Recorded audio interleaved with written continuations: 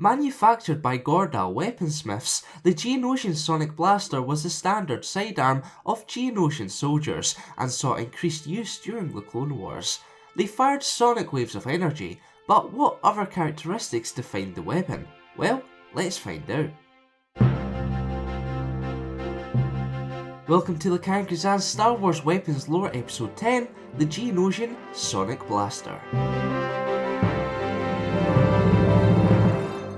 Well before the Galactic Empire's rule over the galaxy, Geonosian weaponsmiths researched the sonic wave theory. As a result, they eventually constructed basic generators that converted sonic vibrations into other forms of energy. Geonosian miners then developed sonic hammers, whose basic premise was later developed into sonic blaster weaponry.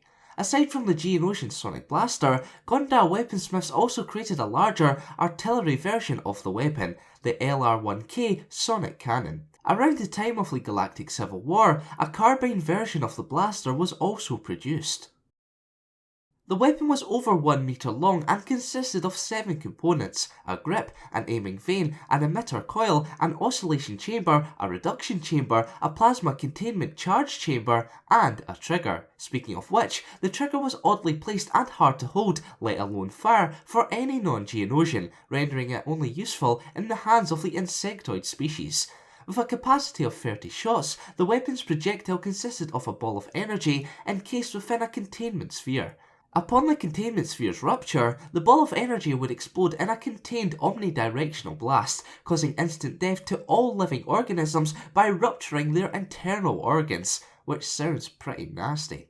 Such a display occurred during the First Battle of Geonosis, where the Jedi forces were met with the Geonosian Sonic Blaster and its larger cousin, the aforementioned LR-1K Sonic Cannon. However, with an optimum range of 15 meters and a maximum range of 40 meters, the spheres could also devastate inanimate targets as well, since the intense sonic energy was capable of exploding targets. Now it's time for this week's question. Do you think the Geonosian Sonic Blaster was the optimum weapon to use against Jedi? Let me know in the comments below. In the previous episode, I asked if you would use the vibroblade as a primary or backup weapon, and I got a ton of responses, so thanks for that. 8 people voted to use the vibroblade as a primary weapon, while 17 of you would prefer to have it as a backup to a blaster or a lightsaber.